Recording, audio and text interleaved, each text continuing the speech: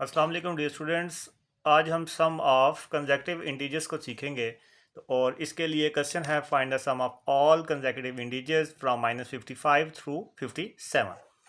तो स्टूडेंट्स ये सम आप कुछ इस तरह से लिखेंगे -55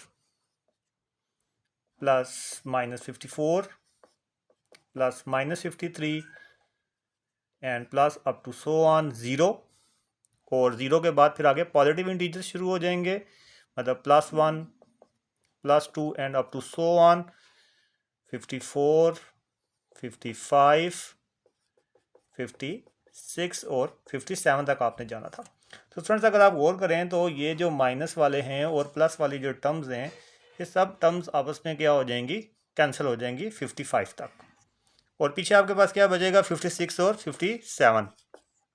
अब इन दोनों टर्म्स को अगर आप ऐड करें तो देखें आपके पास क्या आता है 113। तो C is the right option. Thank you very much.